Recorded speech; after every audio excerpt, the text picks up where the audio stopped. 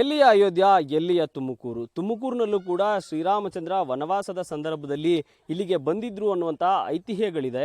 ಸದ್ಯ ನಾನೀಗ ತುಮಕೂರು ನಗರದಿಂದ 8 ಕಿಲೋಮೀಟರ್ ದೂರದಲ್ಲಿರುವಂತಹ ನಾಮದ ಚಿಲುಮೆ ಅನ್ನುವಂಥ ಸ್ಥಳದಲ್ಲಿದ್ದೀನಿ.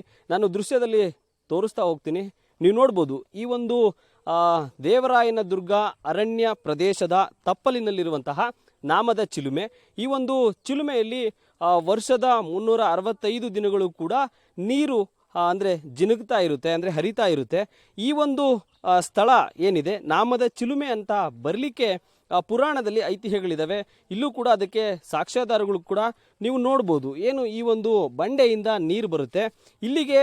ಏನು ವನವಾಸಕ್ಕೆ ಅಂಥೇಳಿ ಶ್ರೀರಾಮಚಂದ್ರ ಸೀತೆ ಮತ್ತು ಲಕ್ಷ್ಮಣನ ಜೊತೆ ಬಂದಂಥ ಸಂದರ್ಭದಲ್ಲಿ ಹಣೆಗೆ ನಾಮವನ್ನು ಇಡಲಿಕ್ಕೆ ಅವರು ನೀರನ್ನು ಹುಡುಕ್ತಾರೆ. ಆದರೆ ಇಲ್ಲಿ ಅರಣ್ಯ ಪ್ರದೇಶದ ಸುತ್ತಮುತ್ತ ಎಲ್ಲೂ ಕೂಡ ಅವರಿಗೆ ನೀರು ಸಿಗೋಲ್ಲ. ಅಂಥ ಸಂದರ್ಭದಲ್ಲಿ ಅವರು ಈ ಒಂದು ಬಂಡೆಗೆ ಬಾಣವನ್ನು ಹೂಡಿ ಇಲ್ಲಿ ಬಂಡೆಯಿಂದ ನೀರನ್ನು ಅಂದರೆ ಜಿನುಗುವ ಹಾಗೆ ಚಿಮ್ಮುವ ಹಾಗೆ ಮಾಡ್ತಾರೆ. ಆಗ ಇದು ಏನು ನಾಮವನ್ನು ಧರಿಸಲಿಕ್ಕೆ ಅವರು ನೀರನ್ನು ಬರುವ ಹಾಗೆ ಏನು ಮಾಡಿದ್ರು, ಹಾಗಾಗಿ ಇದಕ್ಕೆ ನಾಮದ ಚಿಲುಮೆ ಅನ್ನುವಂತಹ ಹೆಸರು ಇರುವಂಥದ್ದು.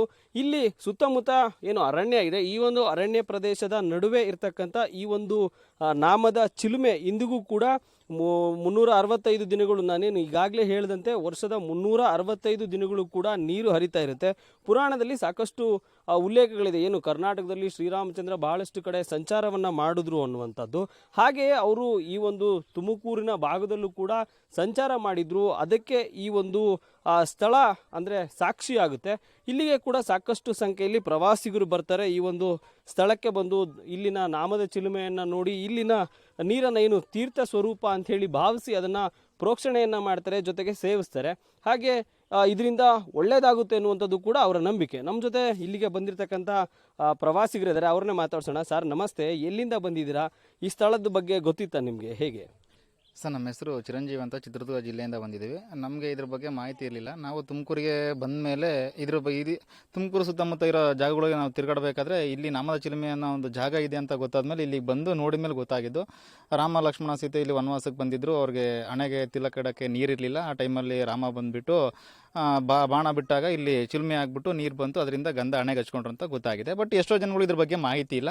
ಇಲ್ಲಿ ಇದ್ರ ಬಗ್ಗೆ ಮಾಹಿತಿ ಸ್ವಲ್ಪ ಮಟ್ಟಿಗೆ ಇದೆ. ಇದ್ರ ಬಗ್ಗೆ ಜನಗಳು ಸ್ವಲ್ಪ ಗಮನ ಹರಿಸಿ ಇದ್ರ ಬಗ್ಗೆ ಯಥೇಚ್ಛವಾಗಿ ತಿಳ್ಕೊಬೋದು. ನಾವು ಸುಮಾರು ಇಲ್ಲಿ 5-6 ಸರಿ ಬಂದಿದ್ದೀವಿ. ಸೊ ಇಲ್ಲಿ ಬಂದಾಗ ಏನೋ ಒಂಥರ ಮನಸ್ಸಿಗೆ ನೆಮ್ಮದಿ ಸಿಗೋದ್ರಿಂದ ನಾವು ಬಂದ ಮೇಲೆ ಒಂದು ಅರ್ಧ ಗಂಟೆ 1 ಗಂಟೆ ಕೂತ್ಕೊಂಡು ಹೋಗ್ತಾ ಇರ್ತೀವಿ. ನಮಗೆ ಪ್ರತಿ ಸರಿ ನಾನು ತುಮಕೂರಿಗೆ ಬಂದಾಗಲ್ಲ ಇಲ್ಲಿ ಬಂದೋಕ್ಕೆ ತುಂಬ ಇಷ್ಟಪಡ್ತೀನಿ. ನನಗೆ ಟೈಮ್ ಸಮಯ ಸಿಕ್ಕಾಗಲ್ಲ ಇಲ್ಲಿ ಬಂದು ಒಂದು ಅರ್ಧ ಗಂಟೆ ಕಾಲ ಕಳ್ಕೊಂಡು ನೆಮ್ಮದಿ ತೊಗೊಂಡು ಹೋಗ್ತಾ ಇರ್ತೀನಿ. ಅಲ್ಲ, ಭಾರತದ ಬೇರೆ ಬೇರೆ ಕಡೆ ಸಾಕಷ್ಟು ಕುರುಹುಗಳು ಇದೆ, ಶ್ರೀರಾಮಚಂದ್ರ ಮತ್ತು ಸೀತೆ ಜೊತೆ ಬಂದಿದ್ರು ಅನ್ನೋಂಥದ್ದು. ತುಮಕೂರಿನಲ್ಲೂ ಕೂಡ ಈ ಒಂದು ಸ್ಥಳ ಇದೆ ಅಂತಂದರೆ ಹೇಗೆ ಅನಿಸುತ್ತೆ? ಇಲ್ಲ, ನನಗೆ ಗೊತ್ತಿರೋ ಮಟ್ಟಿಗೆ ರಾಮ ಲಕ್ಷ್ಮಣ ಅಯೋಧ್ಯೆ ಅಲ್ಲಿ ಅಷ್ಟೇ ಸೀಮಿತವಲ್ಲ ಅಂತದ್ದು. ವನವಾಸಕ್ಕೆ ಬಂದಿರೋ ಜಾಗ ತುಂಬ ಇದೆ.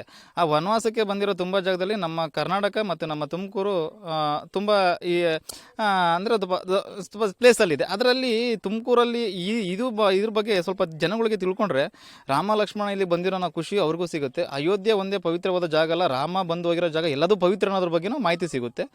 ಸೊ ಜನಗಳು ಇದ್ರ ಬಗ್ಗೆ ಸ್ವಲ್ಪ ಗಮನ ಹರಿಸ್ಕೊಂಡು ರಾಮನ ತತ್ವಗಳು ಜೀವನದಲ್ಲಿ ಅಳವಡಿಸ್ಕೊಂಡ್ರೆ ತುಂಬ ಖುಷಿ ವಿಚಾರ. ಅದರಿಂದ ತುಂಬ ಅನುಕೂಲ ಆಗುತ್ತೆ ಜನಗಳಿಗೆ. ಇಷ್ಟು ಹೇಳಕ್ಕೆ ಇಷ್ಟಪಡ್ತೀನಿ ನಾನು. Thank you. ಇದಿಷ್ಟು ಪ್ರವಾಸಿಗರು ಕೂಡ ಹೇಳ್ತಾ ಇರುವಂಥದ್ದು.